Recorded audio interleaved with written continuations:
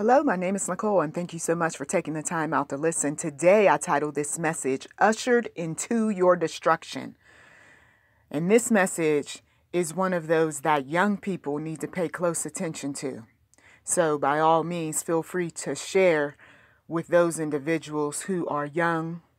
And back in the day, we used to say dumb and full of bleep. Listen. We got some individuals who will sit around and they will talk about the young folks, how naive, how simple acting, how stupid, how dumb. But all the while, smile in their faces when they need them to do something. All the while, will promise the sun, the moon, and the stars if you do this for me, if you go over here and take care of this for me.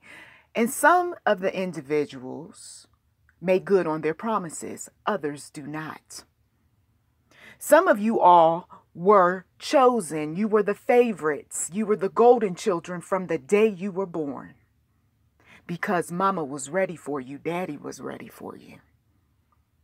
You were the favorite because you were obedient and you followed protocol. You didn't ruffle up anybody's feathers. You didn't say anything disrespectful or act like a fool, at least early on. But as you get older, you start to get a bit bolder. And you start saying some things that ruffle some people's feathers. You don't want to be treated like a child. You want to be treated like an adult. And so the adult says, well, you need to act like it. And so when you start acting like it, then you're accused of being disrespectful. I'm talking to somebody. And so now you have reached this place in your life. It's like a crossroads. And you are debating whether or not you want to take certain people on this journey that maybe your college education produced, maybe your trade school, maybe the man or woman that you hope to marry one day helped you in some kind of way, mentally, physically, spiritually, financially, when others failed, when others didn't make good on their promise. And so as you are embarking on this journey and making decisions, and some people are getting cut off and cut away, and other people you're still holding on to, even though they're toxic, but yet you're holding on to the titles and the expectations and whatever else they put upon you. I'm here to say that you are free in Christ. This is something that many adults didn't tell me. They didn't want me to experience freedom in a spiritual sense. Freedom to walk out the door and not lean on them, rely on them, but not freedom in Christ. See, freedom in Christ breaks those titles, breaks those expectations. You are not conformed in some type of societal protocol, some type of societal tradition, ritual, what have you. Freedom in Christ is just what it is. I don't need a man to complete me. But see, some mamas and grandmamas, they made that decision and they reap the consequences. I don't need children to define me. Oh, but some relatives, they wanted so bad to have a baby, got a baby, and then got a little bit ornery. Didn't like the fact that now I got this child and I got to take care of this child for 18 plus years, and started having a bit of resentment and had a little nasty attitude. But you wanted that child, whether you birthed that child or adopted that child. Come on. And when we're on the outside looking in and we got some time on our hands to think, because see, college education has long been put behind us, and we got some time to think because, well, we don't have that man or that woman in our life to distract us. And we got some time to think because children are either non-existent or they're older now and we don't need to care for them as much. We got some time on our hands to make decisions. Decisions that cost some of us inheritances and wills. Yes, some people thought that, oh, she's going to get something. No, I didn't get too much of anything. As people were dying all around me, people who I spent hours talking on the phone with, people who wanted me to send them gifts, and other people who remember me, no, they didn't leave me anything. Individuals who are young, who are naive, who are gullible, who believe that the sun rises and sets on mama's word and daddy's service and auntie and favorite uncle and whoever, they get hurt. They get hurt far worse than us who are the black sheep and the scapegoats, the rebellious ones. Oh, yes, they get hurt because, see, how could mama do this? How could daddy do this? How could my surrogate spiritual mother do this to me? She said she would. She would do what? Take care of this situation, help me out. Now I need her and she's nowhere to be found.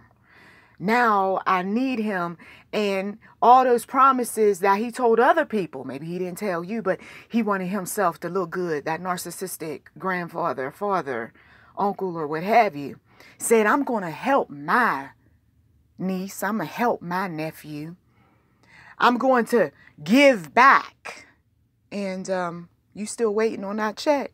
Come on. You got to laugh at some point about these lies that people tell you, these exaggerations, these cover-ups even. Because, see, some of us, we stumbled across the truth. They thought we would never find out the truth. But we did.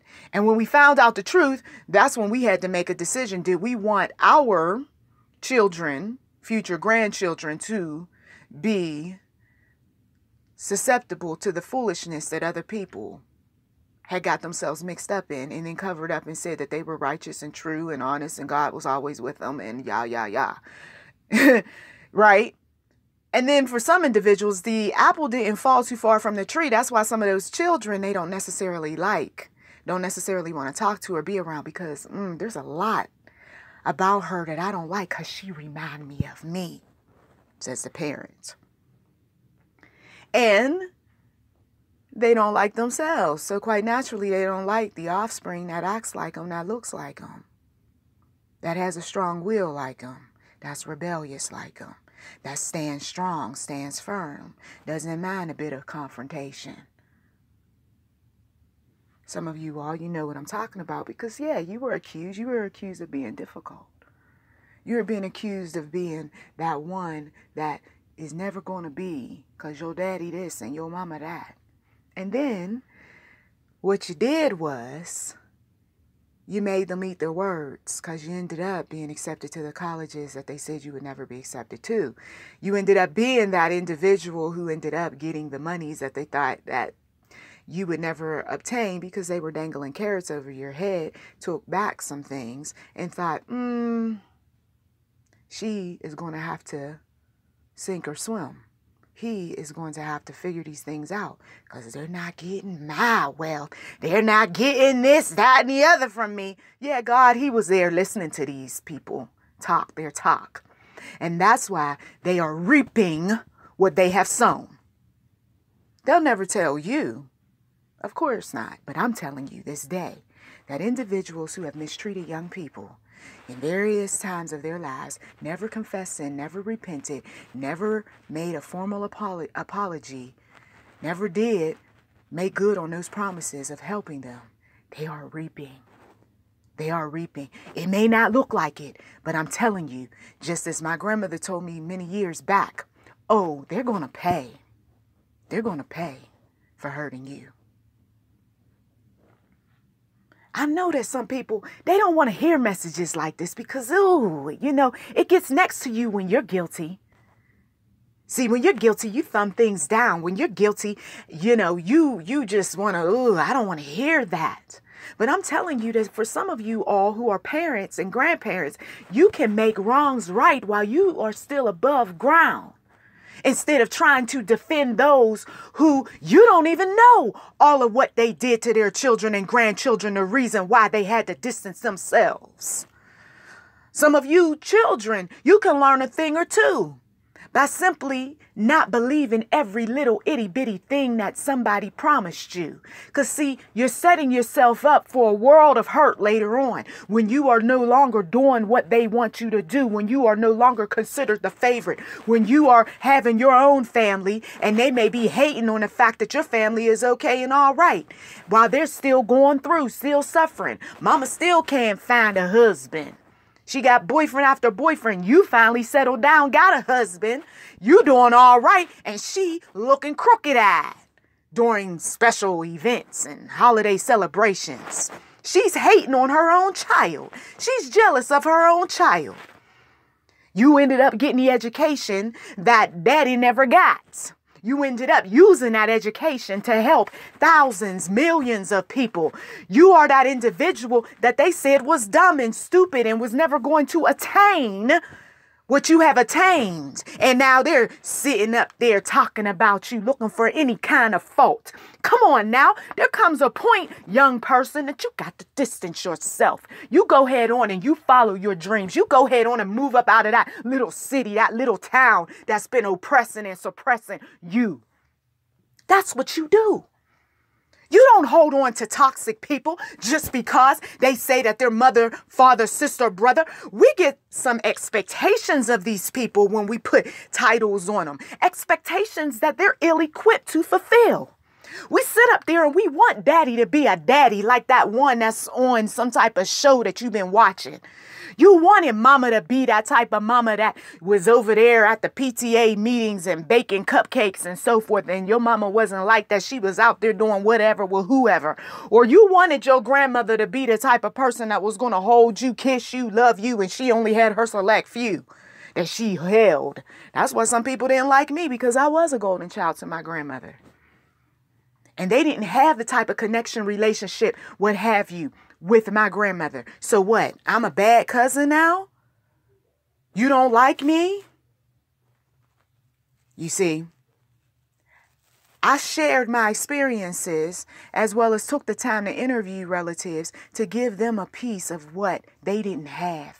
And I didn't get a thank you. I got criticism. I was trying to help you out. I was trying to show you what you missed out on. Some folks were sitting up there grieving on things that God saved them from. Tell me, mother, you're sorry. Come on. Say goodbye to dad. These are my book titles. Laboring to love an abusive mate. Sitting back, wishing and hoping for things, but then the truth comes out.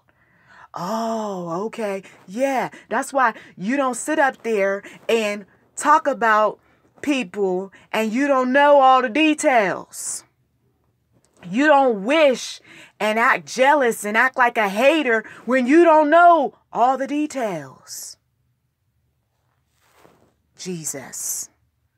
Some young person is going to be delivered from all the hate, from all the disrespect, the nastiness that goes on in a family, chasing after the wind and not knowing that somebody being abused and used, and God is keeping you out of that for good reason. You keep having these falling outs and you wishing and hoping people would just get along. Sometimes those falling outs are there by design. God allows it so that you can go head on and take flight and fly. He allows certain things to happen so that you don't end up being caught up in the foolishness. Some people have recreated the dysfunction of our family members and friends. They've recreated it. And they called it tradition. No, God said it's toxic. You're going to have the same problems. Some of you all are already experiencing the same problems trying to recreate what mama and daddy and cousins and uncles and aunts and everybody else put together. Okay, good luck with that. Not blessings to you. No, good luck with that. God is freeing some young people out of all of the destruction and the disharmony and the upset that was covered up by your elders. He's freeing you out of their dysfunction, their lies, the things that they did, putting young people under the bus to do their bidding, to do their nasty deeds. It wasn't all close and loving all the time with some of these family members that you sit back and you wish that you had. Later on, we found out the stories. I took my background in journalism and mass communications and used it to uncover the truth. I just wanted the truth because I kept hearing people get into it when I was younger about folks telling lies. And I did the best that I possibly could by putting together family legacy, family history, what have you. I got tired of people telling me you black. Oh, I'm more than that. I could see in the mirror, I'm more than that. And when I got my DNA done, I found out there was a whole lot of stuff that went on with family members and friends. Eastern Asian in the family. Uh-oh. Who was over there in the Korean War messing around? Uh-oh. Found out Pacific Islander, more specifically Samoan. and found out that's why some of the women was unbelievably strong. And why when I was a kid, they were saying, wow, you got strength like a boy. You see, you can find out a lot just by getting that DNA done. But some folks will discourage that. Oh no, you don't need to know this and you don't need to know that. And you know, the government doing this, that, and the other. Yeah, they don't want you to know the truth. They don't want you hooking up with your cousins and finding out what really went down. They don't want you to find out that you got a sister out there or a brother out there or whoever. So of course they're going to discourage you. You see, I want some young people to rise above this foolishness that they're in, where they believe whatever somebody puts upon them. And I want them to protect themselves and don't be bringing their future generation around toxic people. You already been exposed. You already got therapy and everything else that you got to go through as a result of what people put you through. Now you want to put your children around that for sake of tradition?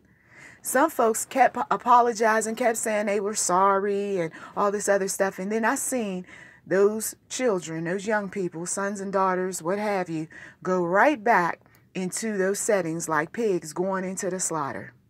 You're going to get talked about again. You're going to get hurt again. You're going to have to go back through your therapy again because of what you heard and what you went through. Now the children are going through. Grandchildren are going through. Cycles, generational cycles of toxic stuff.